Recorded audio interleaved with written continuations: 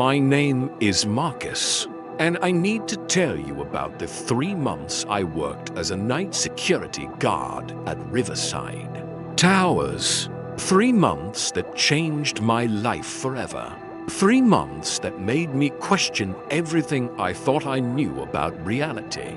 If you're thinking about taking a night shift job, especially in an old building, please listen to my story first. Some jobs aren't worth the money, no matter how desperate you are. It started in September 2023. I had just lost my job at the warehouse, and my landlord was threatening eviction. I was scrolling through job listings at 2 a.m. when I found it. Night security guard. Riverside Towers. Immediate start. $18 hour. $18 an hour for security work was unusually high, but I was too desperate to ask questions. I called the number the next morning and spoke with Mr. Davidson, the building manager. His voice was tired, strained, like someone who hadn't slept well in years. The position is simple. He explained, you sit at the security desk from 10 p.m. to 6 a.m., monitor the cameras, do hourly rounds of the lobby and basement levels, and log any incidents. The building has been having some technical difficulties with the elevator system, so just keep an eye on things. Technical difficulties. If only I had known what that really meant. Riverside Towers was built in 1967, a 24-story residential building in downtown. From the outside, it looked like any other aging apartment complex. Brown brick, small windows. The kind of place where people lived when they had few other options. The lobby was stuck in the 1970s, with orange carpet and wood paneling that had seen better decades. But it was the elevator that dominated the space. The elevator was original to the building. A massive steel box with heavy brass doors and an analog floor indicator with actual numbers that lit up as it moved. The kind of elevator you see in old horror movies, complete with the grinding mechanical sounds and the way it swayed slightly when it moved between floors. Davidson showed me around on my first night. He was a thin man in his 50s, with graying hair and nervous habits, constantly adjusting his glasses, checking his watch, glancing at the elevator. The residents are mostly elderly or work day shifts, so nights are usually quiet, he said, leading me to the security desk. You'll mainly be alone except for Mrs. Patterson in 12A. She has insomnia, so you might see her wandering around sometimes. Harmless old lady. The security desk faced the elevator directly. There was no way to sit there without having it in your line of sight. 6 monitors showed feeds from cameras throughout the building. Lobby. Hallways on floors 5, 10, 15, and 20. The basement. And one inside the elevator itself. Now, about the elevator, Mr. Davidson said, his voice dropping to almost a whisper. It's been having some mechanical issues lately. Sometimes it moves on its own, goes up and down without anyone calling it. The repair company says it's probably just old wiring. Electrical shorts causing false signals to the motor. He paused, staring at the brass doors. But here's the thing. When it does this, it always stops on the same floors. 7, 13, 18, and 21. Always those floors, always in that order. The repair guys can't figure out why. I asked what I should do if it happened. Just log it. He said, Date, time, floors visited. We're keeping records for the elevator company. And Marcus, don't get in the elevator when it's doing this. Wait until it returns to the lobby and stops completely before using it for your rounds. That should have been my first red flag. But $18 an hour was $18 an hour. My first week was uneventful. The building was indeed quiet at night. Most residents were asleep by midnight, and the only sounds were the usual building noises: pipes settling, the heating system cycling, the distant hum of traffic from the street. I did my hourly rounds using the stairs, checking the basement storage areas and walking through the lobby. The elevator sat silent and still, brass doors closed. Floor indicator pointing to L for lobby dot, but on my 8th night, everything changed. I was reading a paperback novel at 3:15 a.m. when I heard it. A soft mechanical whirring, like an electric motor starting up. I looked up from my book to see the elevator floor indicator beginning to move. L. 2, 3, 4, 5, 6, 7. The elevator stopped on the 7th floor. Through the camera monitor, I could see the doors open into an empty hallway. Stay open for exactly 30 seconds, then close again. The elevator began moving again. 7, 8, 9, 10, 11, 12, 13, 13th floor. Doors open, empty hallway. 30 seconds. Doors close.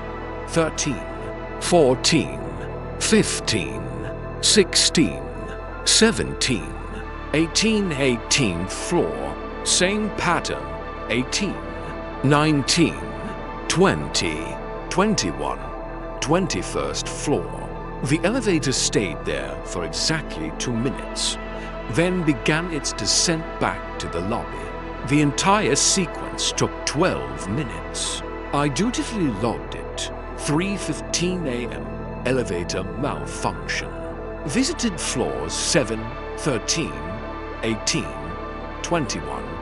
Returned to lobby at 3:27 a.m. over the next 2 weeks. This happened every single night. Always at 3:15 a.m. Always the same floors.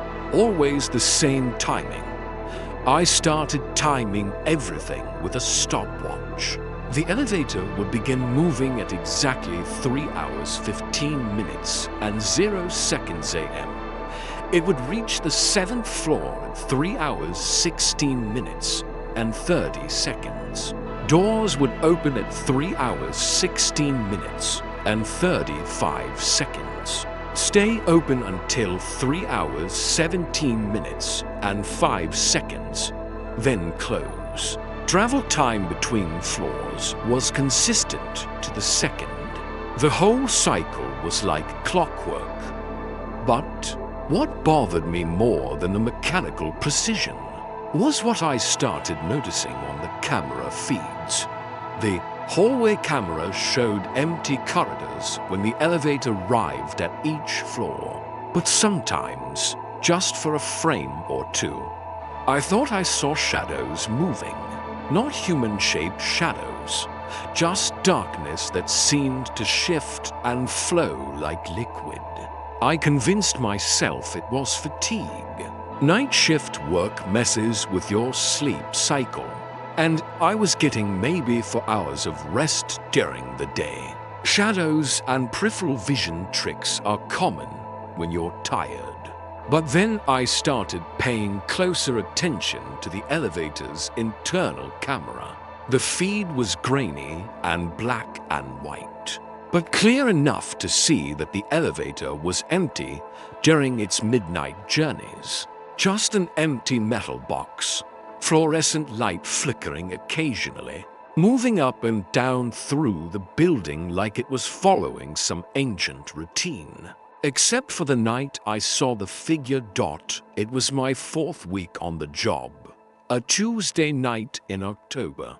The elevator began its usual 3:15 a.m. routine, and I was watching the internal camera feed more closely than usual. The elevator reached the 7th floor, doors opened to the empty hallway, and I was about to look away when I saw movement inside the elevator dot at first. I thought it was just the camera glitching.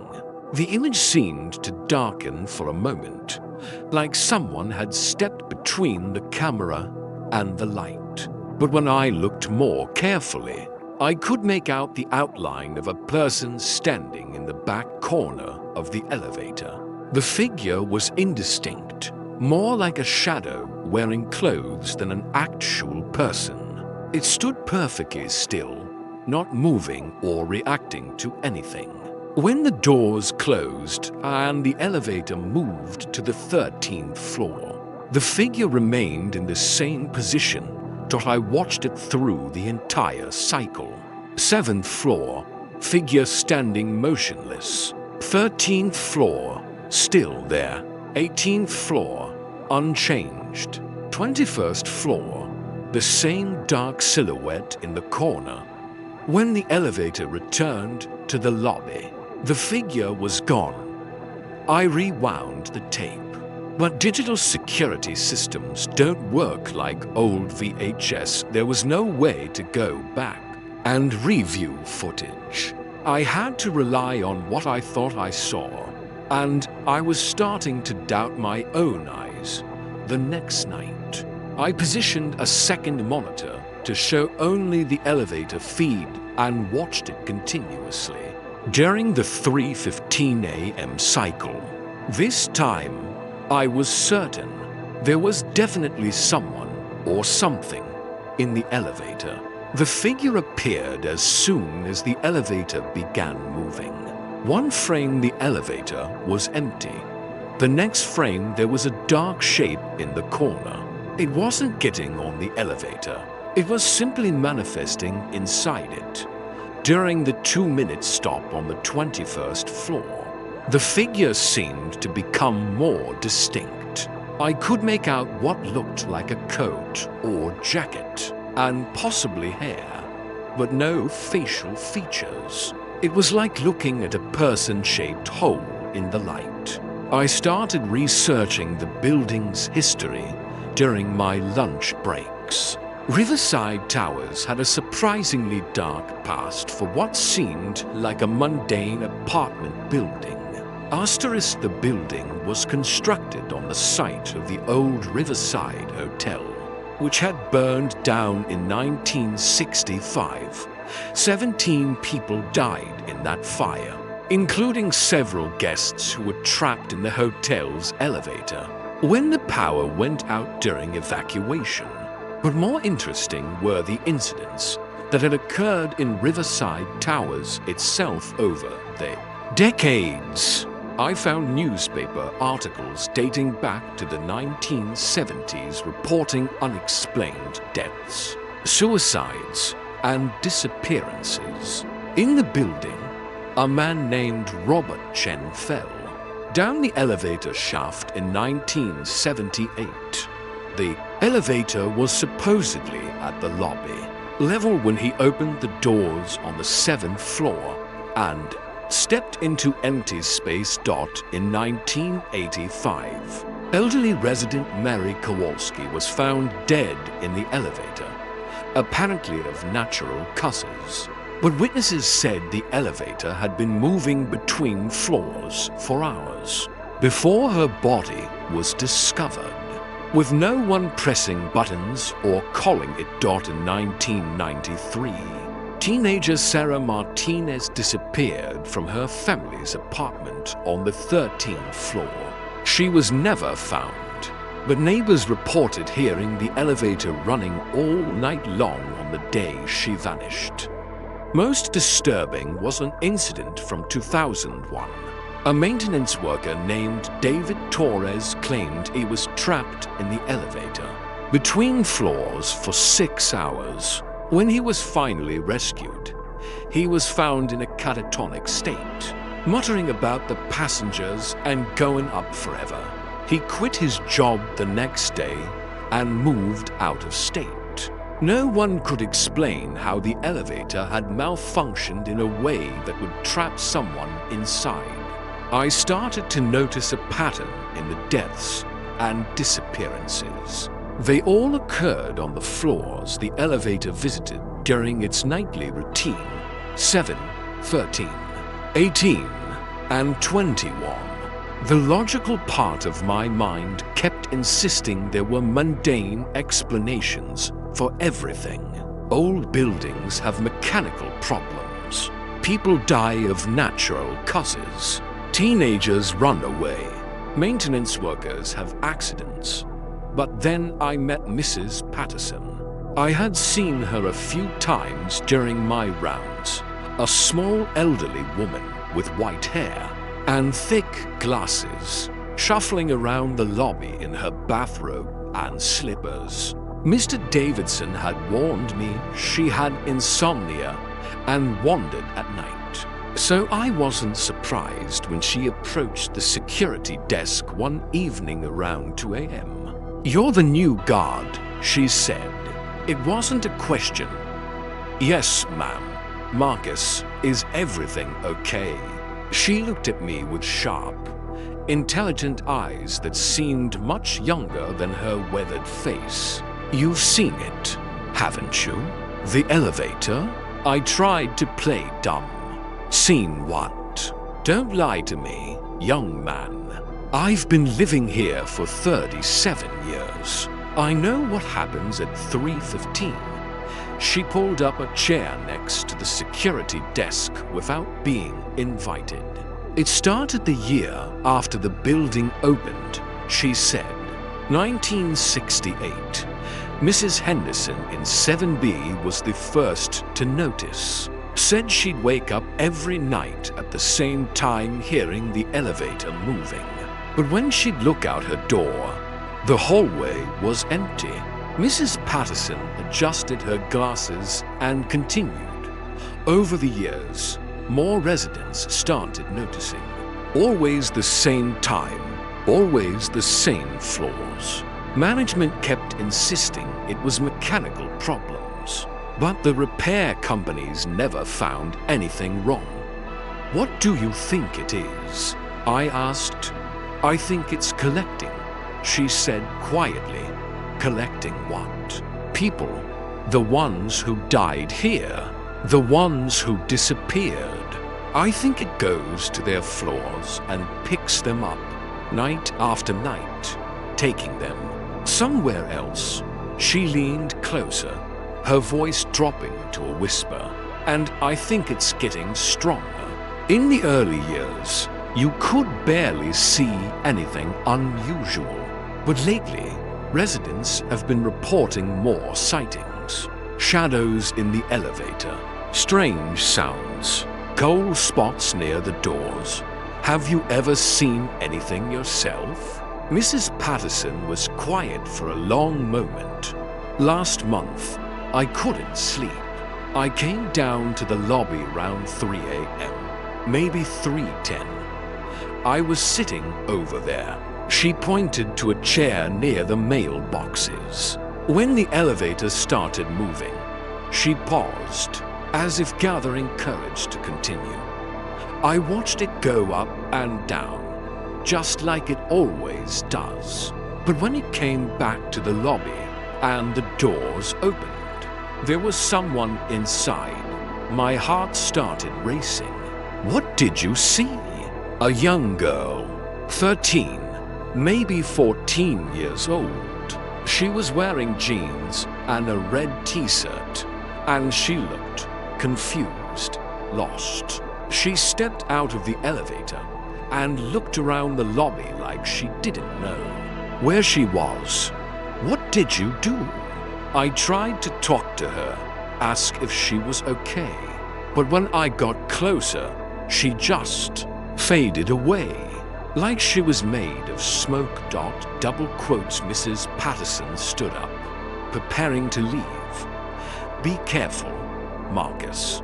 That elevator isn't just malfunctioning. It's hunting, and I think it's looking for a new passenger. After she left, I sat alone at the security desk, watching the clock approach 3:15 a.m. with a growing sense of dread. When the elevator began its nightly journey, I forced myself to watch the internal camera feed closely. Asterisk, the figure was there again, but this time it seemed more solid, more defined. I could make out details I hadn't noticed before. A dark coat, longish hair, shoes. And for just a moment, as the elevator stopped on the 18th floor, the figure seemed to turn toward the camera. I couldn't make out facial features, but I had the unmistakable feeling that it was looking directly at me. The next day, I called in sick. I needed time to think, to decide what to do. I could quit the job, but I needed the money. I could report what I was seeing, but who would believe me? I could try to ignore it and just do my job. But the nightly elevator rides were becoming more disturbing. I decided to do some more research, this time focusing on the specific floors the elevator visited. Apartment 7B had been Mary Henderson's unit, the first person to report the elevator activity. She had died in 1989, found in her bed of apparently natural causes. The neighbors said they heard the elevator running constantly the night she died. Apartment 13F had been home to the Martinez family. Their daughter Sarah was the teenager who disappeared in 1993. The apartment had remained empty for years after the family moved away.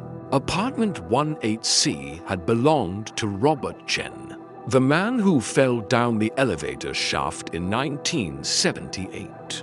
The apartment was currently occupied by a young couple who, according to building records, complained frequently about cold drafts and strange sounds. Apartment 1A had been the home of David Torres, the maintenance worker who claimed he was trapped in the elevator in 2001.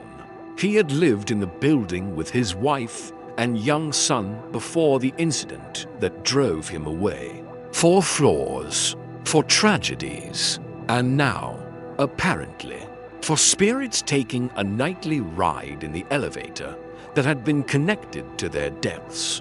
But why was the activity escalating? Mrs. Patterson said the sightings were becoming more frequent, more solid. What was changing? I returned to work determined to document everything more thoroughly. I brought a notebook and wrote down every detail of the elevator's behavior. I also brought a digital camera, hoping to get clearer images of whatever was riding in the elevator. For 2 weeks, I maintained detailed logs.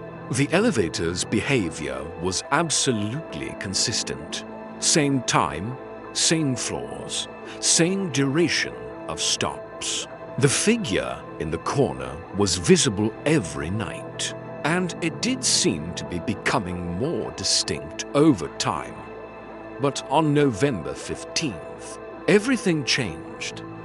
I was watching the elevator camera as usual when it reached the 7th floor. The doors opened to reveal not an empty hallway, but a woman standing directly in front of the elevator. She was elderly, with white hair and a blue housecoat, exactly matching the description of Mary Henderson from the old newspaper articles. She stepped into the elevator and took a position next to the dark figure in the corner. When the elevator reached the 13th floor, a young girl was waiting, Hispanic, maybe 14 years old, wearing jeans and a red t-shirt. Sarah Martinez. She entered the elevator and stood near the door dot at the 18th floor. A middle-aged Asian man in work clothes joined them. Robert Chen docked by the time the elevator reached the 21st floor. There was a fourth passenger, a Hispanic man in his 30s wearing a maintenance uniform. David Torres docked for people. 4 deaths, all riding the elevator together in a grotesque parody of a normal commute. But here's what really scared me. When the elevator returned to the lobby, only 3 passengers got off. The maintenance worker, David Torres, remained inside. I watched in horror as the elevator doors closed with him still inside. The floor indicator remained at L for lobby, but I could see on the internal camera that Torres was pressing buttons frantically. The elevator wasn't responding to his commands. He was trapped, asterisk for the next hour. I watched David Torres pace around the small elevator, pressing buttons, apparently shouting there was no audio feed, and eventually sitting in the corner where the shadow figure usually appeared. At 5:15 a.m., exactly 2 hours after the nightly cycle had ended, the elevator doors finally opened, and Torres stumbled out into the lobby. But instead of heading for the building exit, he walked directly to the stairwell and began climbing. I lost sight of him on the security cameras, but I heard footsteps echoing from the stairwell for several minutes. Then silence stopped. The next morning, I learned that David Torres, the real David Torres, had been found dead in his apartment in Phoenix, Arizona. Heart attack, apparently. He had died at exactly 5:15 a.m. That's when I understood what was really happening. The elevator wasn't just carrying the spirits of people who had died in the building.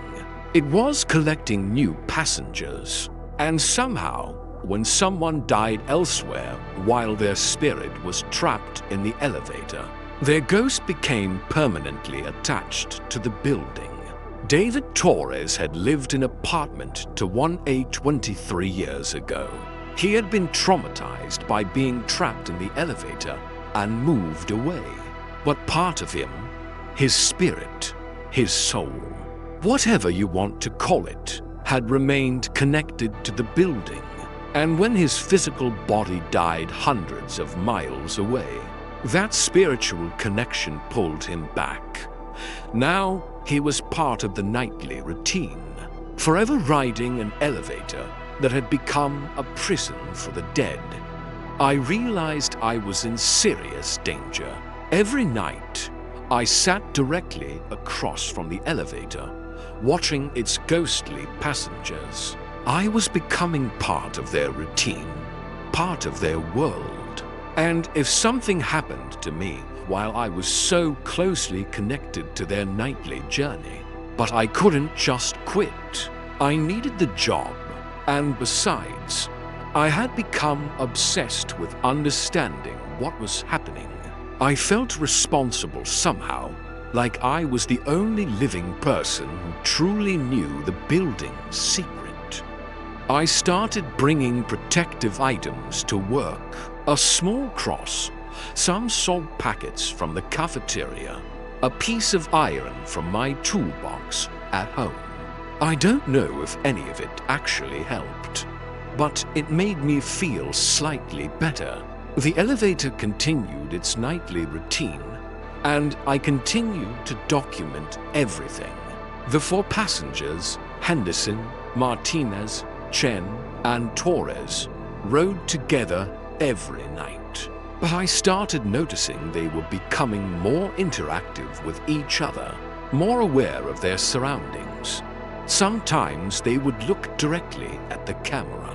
Sometimes they would gesture toward each other or appear to be having conversations. They were becoming more human, more alive, which somehow made them more terrifying. And then, on December 3rd, Mrs. Patterson died.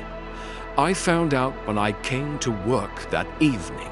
She had passed away in her sleep, apparently of natural causes. The EMS had removed her body that afternoon dot at 3:15 a.m. When the elevator began its nightly journey, I held my breath as it reached the 12th floor, Mrs. Patterson's floor. The doors opened, and she was there, waiting. Mrs. Patterson stepped into the elevator, wearing the same bathrobe and slippers I had seen her in so many times. She nodded politely to the other passengers and took a position near the back of the elevator. 5 passengers now. 5 people who had died with some connection to the elevator's mysterious routine. But Mrs. Patterson was different from the others. While the previous passengers had seemed confused or distressed, she appeared calm and purposeful. When the elevator returned to the lobby, she was the only one who looked directly at the camera with what seemed like recognition. The next night, during the elevator's routine stop on the 21st floor, Mrs. Patterson stepped off. But instead of the elevator continuing its descent to the lobby, it remained on the 21st floor for nearly 10 minutes. When it finally came down, Mrs. Patterson was back inside, but she wasn't alone. There was a 6th passenger, a tall man in a suit whom I didn't recognize.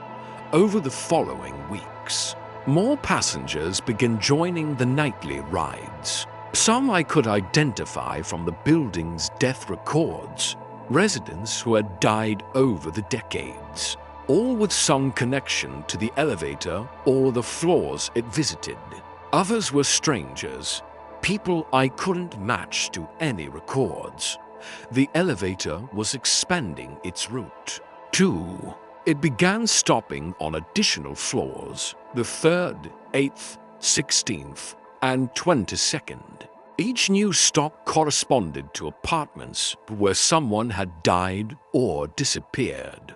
Under unusual circumstances, I was documenting all of this, filling notebook after notebook with observations and trying to understand the pattern. But I was also becoming increasingly isolated from the normal world. I stopped going out on my days off. I barely slept. I was eating poorly and losing weight. My entire life had become focused on watching the elevator and its growing collection of passengers. And I was starting to have dreams about riding in the elevator myself. In these dreams, I would find myself standing in the lobby at 3:15 a.m. when the elevator doors opened. The ghostly passengers would look at me expectantly, and I would feel an overwhelming urge to step inside. In the dreams, I always resisted, but the pull was getting stronger each night. I began to understand that this was how the elevator recruited new passengers. It created a psychological connection, an obsession that drew people deeper into its supernatural routine until they became part of it. I knew I had to break free, but I also felt responsible for documenting what was happening. I was the only living witness to the building's supernatural secret, and if I left without recording everything, who would believe such an incredible story? So I made a decision that nearly cost me my life. On December 20th, I decided to ride the elevator during its 3:15 a.m. journey. I waited until the doors opened in the lobby, revealing the now familiar collection of ghostly passengers. Mrs. Patterson looked directly at me and nodded, as if she had been expecting this moment. I stepped inside. The elevator was simultaneously crowded and empty. I could see the passengers clearly, but I couldn't feel them. When I tried to position myself near the door, I simply passed through other people as if they were made of cold mist. The temperature in the elevator dropped significantly as soon as the doors closed. My breath became visible, and frost began forming on the metal walls. But strangest of all was the sensation of movement. The elevator felt like it was moving much faster than normal, and in directions that didn't make sense. Up and down, yes, but also side to side, and sometimes with a spinning motion that made me dizzy. When we reached the 7th floor and the doors opened, I saw something that shook me to my core. The hallway wasn't empty. It was full of people. Men, women, children, elderly residents, dozens of people standing in the hallway, all staring at the elevator with expressions of desperate longing. They looked solid and real, but I knew they had to be more spirits, more ghosts trapped in the building. Some of them reached toward the elevator as if trying to get on, but they couldn't cross the threshold.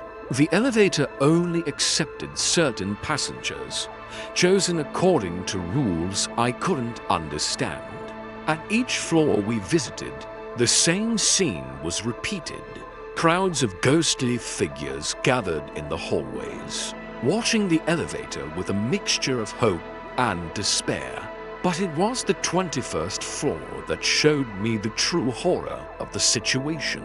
When the doors opened on the 21st floor, I saw not just dead residents, but also living ones. Real people, current tenants of the building, standing in the hallway alongside the ghosts. They all had the same vacant, distant expression. They were sleepwalking, drawn from their beds by the elevator's supernatural influence, but not yet dead enough to board. Among them, I recognized Mr. Davidson, the building manager. He was wearing pajamas and standing perfectly still, staring at the elevator with empty eyes. That's when I realized the building was feeding on its residents. The elevator wasn't just collecting people who died. It was slowly draining the life from everyone in the building, drawing them into its supernatural ecosystem. The living residents would gradually become more susceptible to the elevator's influence, more likely to have accidents, more prone to depression and despair, until they eventually joined the ranks of permanent passengers. I had to get out of the elevator, but when I tried to step off at the 21st floor, I found I couldn't move. My feet felt rooted to the elevator floor, and an invisible force was holding me in place. Mrs. Patterson appeared beside me. When she spoke, her voice seemed to come from inside my head. "You can't leave now," she said. "You've seen too much. You know too much. You're part of it now." The other passengers turned to look at me, and I saw that their faces were becoming clearer, more defined. They were feeding on my presence, becoming more solid and real by drawing energy from a living person. "This is how it works," Mrs. Patterson continued. "The living feed the dead, and the dead feed the building. Everyone who enters becomes part of the system." The elevator began its descent back to the lobby, but I could feel myself changing. The cold was seeping into my bones, and my reflection in the brass doors was becoming fainter. I was dying, and when I died, I would become another permanent passenger on the elevator's nightly journey.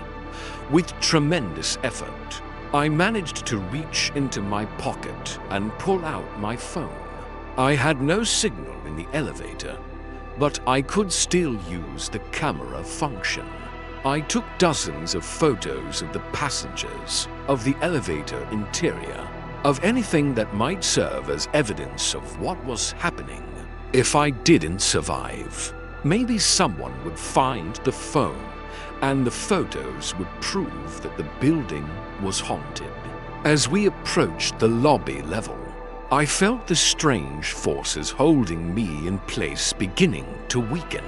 The elevator's supernatural influence was strongest during the journey between floors, but less powerful when it was stationary.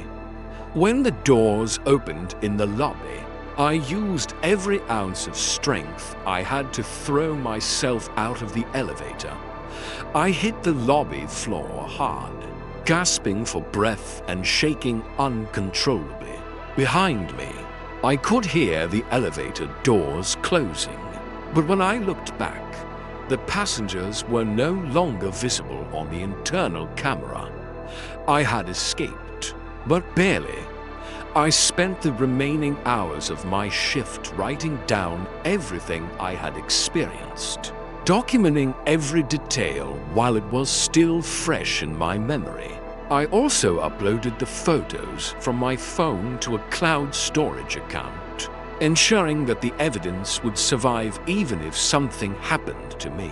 When my shift ended at 6 a.m., I went directly to Mr. Davidson's apartment to confront him about what was happening in the building.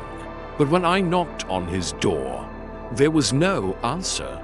The building superintendent let me in, and we found Davidson's apartment empty. His bed hadn't been slept in, and his clothes were still laid out as if he had been preparing for bed, but never made it there. We searched the building, but never found him. That afternoon, I tendered my resignation by email. I didn't want to return to Riverside Towers, not even to collect my final paycheck. But the building wasn't done with me.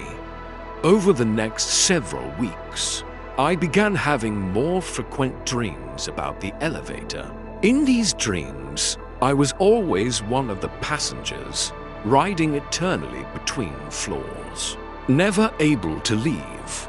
I also started noticing that elevators in other buildings would malfunction when I was around. Doors would open and close randomly, lights would flicker, and I would sometimes hear the faint sound of the Riverside Towers elevator bell, even when I was nowhere near the building. The supernatural connection I had formed by riding with the ghostly passengers was following me, trying to draw me back. I realized I had to return to Riverside Towers one final time, not to work, but to break the connection somehow. I went back on a Saturday afternoon, when the building would be busy with normal weekend activity, and the supernatural influences would be at their weakest. The lobby looked the same, but felt different. The afternoon security guard was a young woman I didn't recognize, and she seemed nervous and distracted. I wondered how long she would last before the building's influences got to her. I took the stairs to the 21st floor. I wasn't about to risk riding the elevator again, and found Mr. Davidson's apartment. The door was unlocked. Inside, I found evidence of what had been happening to the building's residents. Davidson's apartment was filled with documents dating back decades, incident reports, death certificates, lease applications, and maintenance records. But most disturbing were the journals. Davidson had been keeping detailed records of the supernatural activity in the building. For over 20 years, he knew about the elevator's nightly journeys, about the growing population of ghostly residents, and about the building's parasitic relationship with the living. According to his notes, the building had been designed this way. The original architect, a man named Edmund Blackwood, had been obsessed with the occult and had specifically designed Riverside Towers to trap and feed on human souls. The elevator was the building's central nervous system, a mechanical device that had been augmented with supernatural elements to serve as a collection and processing system for spiritual energy. The building needed a constant supply of life force to maintain its supernatural ecosystem, which is why it attracted desperate residents who had few other housing options. People who were already vulnerable, already partially detached from life, were easier to drain and eventually absorb. Davidson had been the building's caretaker for decades, helping to manage the supernatural ecosystem and select appropriate residents. But the system had been growing beyond his control, and he had finally been consumed by it himself. I found his final journal entry, dated the night I had ridden the elevator. The new security guard saw too much tonight. The building is accelerating its timeline. More residents are being affected, and the supernatural activity is becoming harder to conceal. I can feel the elevator calling to me constantly now. I don't think I can resist much longer. If anyone finds this, don't try to save the building. Burn it down. At the bottom of the page, he had written an address in red ink: 1247 Elm Street, Margaret's apartment building. I realized with horror that Riverside Towers wasn't the only supernatural building in the city. There was a network of them, all designed by the same architect or his associates, all feeding on their residents in different ways. I gathered all of Davidson's journals and documentation, stuffed them into a large bag, and left the building as quickly as possible. That night, from the safety of my own apartment across town, I called the fire department and reported a gas leak at Riverside Towers. The building didn't burn down, but it was evacuated for several days while inspectors checked the gas lines. During that time, I hoped the supernatural ecosystem would be disrupted enough to weaken its hold on the remaining residents. I don't know if it worked. I moved to a different state 2 weeks later. I found a new job, a new apartment, and tried to start a new life. But I kept Davidson's journals, and I continued researching buildings designed by Edmund Blackwood and his associates. What I found was a network of supernatural properties spread across the country, all designed to trap and feed on human souls in different ways. Apartment buildings with haunted elevators, office buildings with cursed stairwells, hotels with rooms that exist outside of normal space and time. And I realized that by escaping from Riverside Towers, I had become something like a supernatural refugee. I carried the knowledge of what was happening, but I also carried a connection to that world that would never fully disappear. Even now, 3 years later, I sometimes wake up in the middle of the night hearing the sound of elevator doors opening and closing. I live in a single-story house now, specifically to avoid elevators, but the sound still follows me and sometimes, just at the edge of my vision, I see figures that look like the passengers from Riverside Towers. They're still riding their eternal elevator, still trapped in that supernatural routine. But now they're looking for new buildings to inhabit, new elevator systems to corrupt. I'm telling you this story because I think they're spreading. If you live or work in an old building, Pay attention to the elevators. If they start moving on their own, always stopping at the same floors, always following the same pattern, get out immediately. Don't be like me. Don't try to understand what's happening. Don't try to document it or study it. Just run. Because once you've seen the passengers, once you've ridden with them, you become part of their world. And their world is a place where the elevator never stops, where the journey between floors lasts forever, and where the only passengers are the dead and the dying. I escaped Riverside Towers, but I never truly left that elevator. And neither will you. If you're not careful, the doors are always opening, the passengers are always waiting, and there's always room for one more.